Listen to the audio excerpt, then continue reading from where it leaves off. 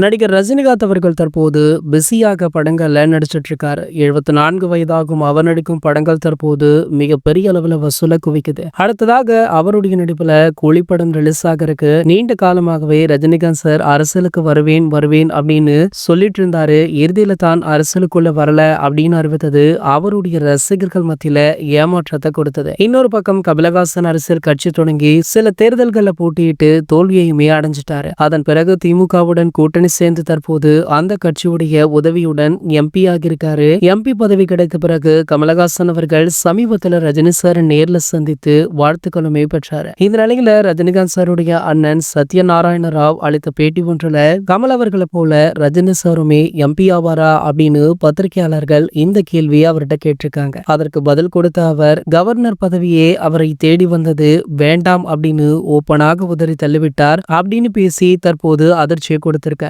So இந்த தகவல் தற்போது வெளியாகி சமூக வலைதளங்கள்ல பலருக்குமே அதிர்ச்சியை கொடுத்திருக்கு. மேலும் பாத்தீங்கன்னா சூப்பர் ஸ்டார் ரசிகர்கள் இந்த தகவலை ஷேர் பண்ணிட்டும் இருக்காங்க. இது போன்று நம்ம ரஜினி சாரை பற்றி வெளியாகும் அனைத்து செய்திகளுமே நீங்கள் உடனே தெரிஞ்சுக்க நம்மளுடைய சேனலை மறக்காம சப்ஸ்கிரைப் பண்ணிக்கோங்க.